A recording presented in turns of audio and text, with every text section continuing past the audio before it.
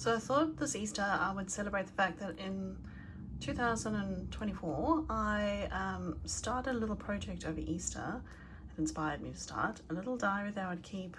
The idea was that I would just see what had happened. Originally I was thinking about abstract landscapes, and the development from then until now is astounding in my practice, and it's really given me a richness to my work. So I thought I would, over the next couple of series, just go through the 3 diaries that I have, that I've visual journals that I have put together. They take about 9 months. So this was mainly 2025 and the end of that. And then this was the one that I took when I went traveling. So about 9 months each. This one I've just finished now, so I just thought it would be a good opportunity to see what's happened in those 2 years.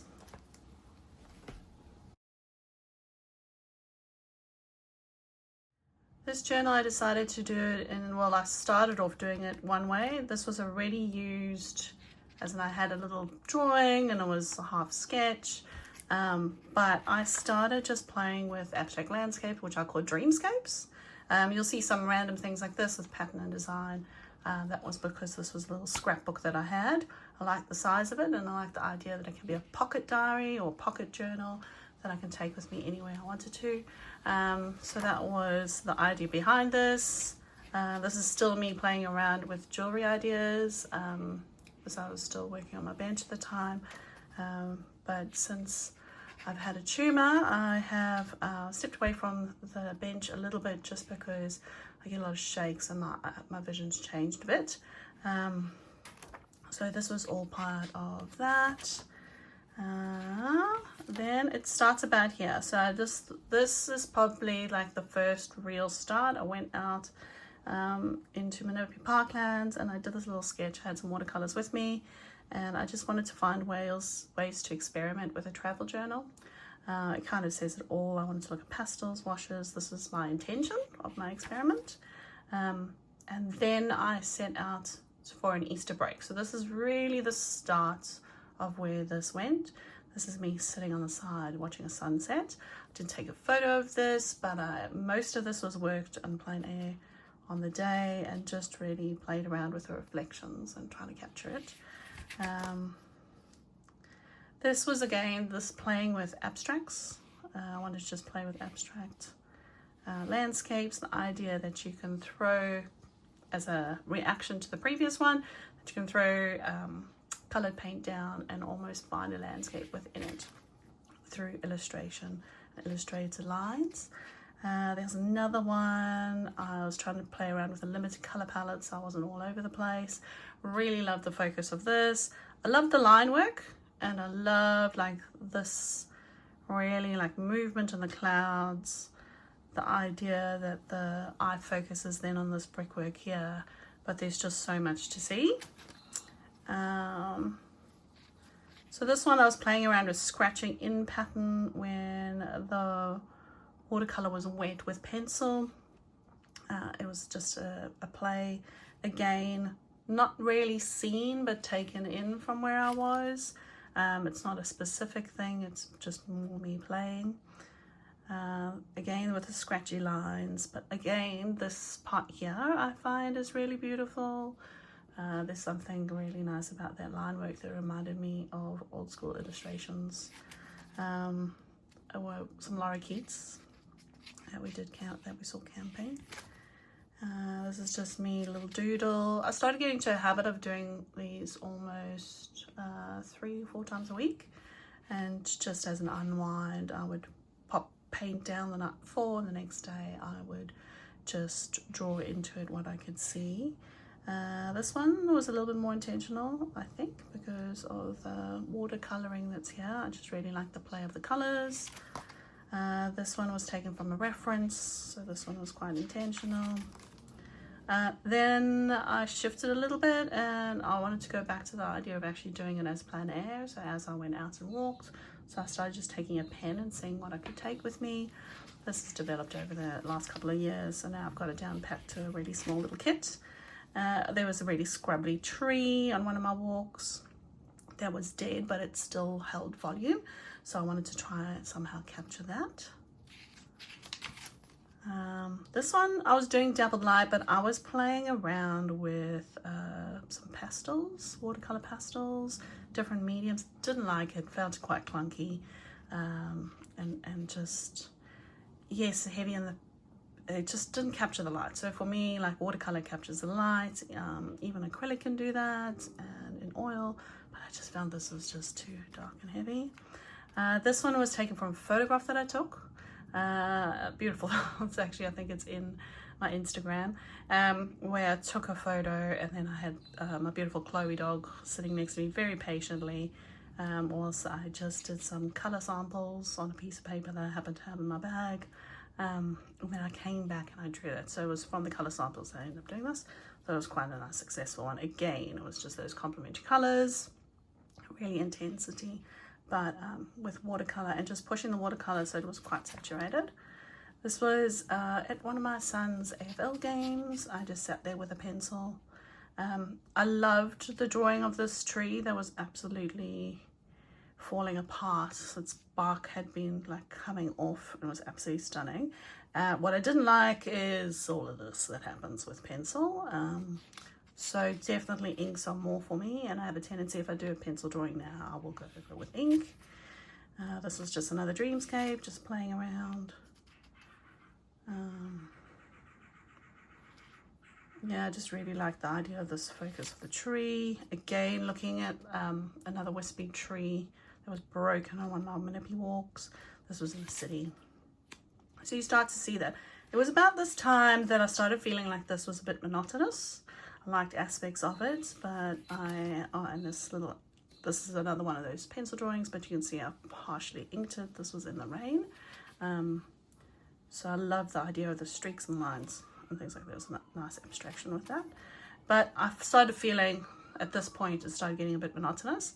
I do listen to a podcast called The Two Wolves, where it talks about, like, there's always good and bad. So on the side, I was like, oh, really interested in tattoos and line work and illustrations, and I'm just going to start making a note of these ideas that come up. And so I started at the back of the book. So I went from the back of the book, I just started drawing random stuff. Well, the first was a tattoo that I wanted originally of There Are Two Wolves. So this is something I was thinking about to go where my birthmark was. But I won't be getting this one. I was just playing around with that. And so I just started doodling, and with the doodling started coming little narratives like this, like wolves in the wind, and words started coming with this. And this was like a big moment, the crow that stole the stars. This ended up being quite this like narrative story that I started thinking about and putting together just with jotted notes in my phone in the notes section. But then I started illustrating and just drew a whole bunch one night and just thought, oh, this is interesting, I'll make a note of this. Almost like a little illustrated story. And like this here, like the allure of something shiny, but then we break it. This is just me and my stupid sense of humor with bin chicken saying can it. Yeah, so I just started doodling things I was seeing, just playing around with that, and drawing dogs when I went for walks, taking myself out, just literally just mucking about. And then these words came to me about the owl amongst the roses, and I was thinking about my mom and how she loves owls and blue moon roses. And when I drew this, the words came, and it was just like a poem that just strung together very lovely. And I was like, oh, interesting, I need to make a note of that. So the owl amongst the roses, ghost-like in its flight, softly spoken in its whispers, me its focus on this night. So that was just the start of that poem. And I was like, okay, I think there's something here. And then soon afterwards, I wrote a poem about little spiky praying mantis, which are really important in our family. And that came by itself as well. Things started really flowing at this point. I was like, oh, these illustrations really seem to be growing in themselves. This is where the start of that letting your mind unwind, and these things came back in, but with the clouds. So I was looking at landscapes and still researching, and then this had a much more illustrated tone from those previous things. So this was actually a broken that I did in Minnippi Parklands as it split. Oh, it split that morning. It was all fresh. I took a bunch of photos, but I also did a lot of this on the site, which I happened to have in pencil, and then I inked it when I came back. This was also taken from a photo that I'd taken of rock pools, and there just seems to be a little bit more of a narrative, really beautiful illustrated drawing, which seemed to have a lot more to it. So this was me making my mind jump back, where I was just playing with water on the paper and then finding clouds, just like you look at clouds and you see things within that. It was like almost like just doing like a Zen painting kind of thing. The poetry continued, and I started doing a lot more sketches. There'd be a poem and there'd be a sketch, or there'd be a sketch and then there would be a poem. And this built up, and I started thinking about stories. Wrote a whole story about the freaks in the forest. It's like random animals that look freaky, but the scariest thing in the forest is actually you. And just seeing slight macabre sense of humor as well. So the frivolity of dancing butterflies as their fallen friend or foe sinks beneath. Because I was swimming in the pool and I noticed these butterflies were dancing and having the best time, but their mates who happened to be drowning. It's just nature's weird sense of humor, or at least mine. This was also another day at the pool where I was just taking a note of little thorn bugs that kept on wanting to jump in, and I'd save them and they'd jump back in. This is where it started getting a little bit more. I went out to up the Sunshine Coast, and I'd taken a photo of this beautiful little crane that was busy diving. I managed to get some good shots of it, and I wrote this poem pretty much on site, and then the rest continued when I got home. All of this is done in my little notes app on my phone, and then I just kind of work with the words as they come to me. So this one seemed to be a little bit more of that illustrated story form, and I posted this up, and this is where a lot of people started being, oh, you should think about doing a book, you should look at illustrating your own poetry and things like that. So I thought this was quite successful. I love the starkness of the shadows, the simplicity of the line, but also the little poem that comes with it. I think it strengthens both at the same time. This was working backwards this way now, and they kind of meet together. So we've got the cormorant that we were looking at. This is starting to haze. I started phasing out of this, and it was about this time that I actually started the next book. So I finished this one off with swallowtails, which was also something that's inspired a few other illustrations, and I thought this was a good spot to be like, okay, I have enough little things to start the next book. And so I started the next book. I finished this one up on some crows, some ideas. This was originally an idea of something that was layered, so layering form, but I didn't finish it. I just left the papers as a reminder to myself. Another one of these little Zen thingies, and that's it. So that's